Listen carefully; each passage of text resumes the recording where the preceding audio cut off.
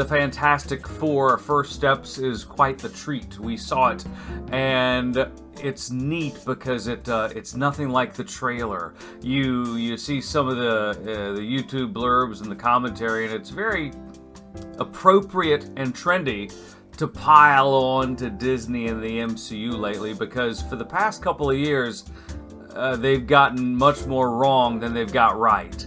And that's putting it nicely. But you saw some of the pre-coverage for First Steps, and you say, they're doing it again. They made the Silver Surfer a chick, and they made Sue Storm the leader of, and you're like, DEI nonsense. But it's not. It's actually, instead, Fantastic Four First Steps is quite the surprise, because it's very entertaining.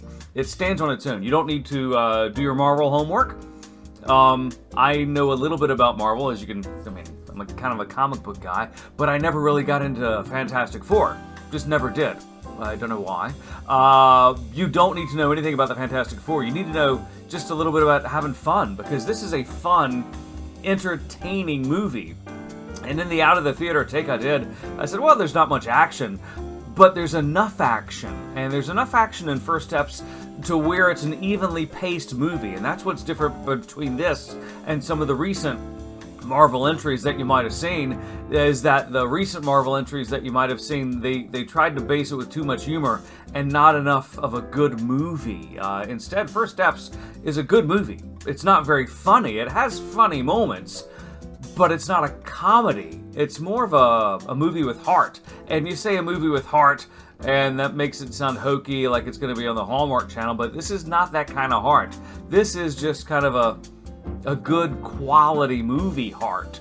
It really is entertaining, and it's not what you think it is. Yeah, there's a baby involved, and the baby is central to the plot, but it happens early. There is no origin story, so they don't waste your time with that. The origin story is synopsized in kind of a blurb in a 60s TV station, TV report. That's the other thing. I was talking with a reviewer a couple weeks ago, and he and I both had the same concern. It was like, we're concerned about this movie happening in the 60s, because usually whenever a movie happens in the past, like in the 60s, it's to cover for some of its problems. Oh, look, it's in the past. But this is not the case. It takes place in like the 50s, 60s with that Art Deco stuff, but that doesn't water down the story. And it happens, and it's completely logical. The other thing was this, because the movie starts out, it's clearly labeled as Earth 618 or Earth 616, where it's an alternate Earth. You think to yourself, okay, it's disposable, and everyone's gonna die. This is the only spoiler alert in the movie. Everyone doesn't die. This Earth is not sacrificial so that the other Earths can live.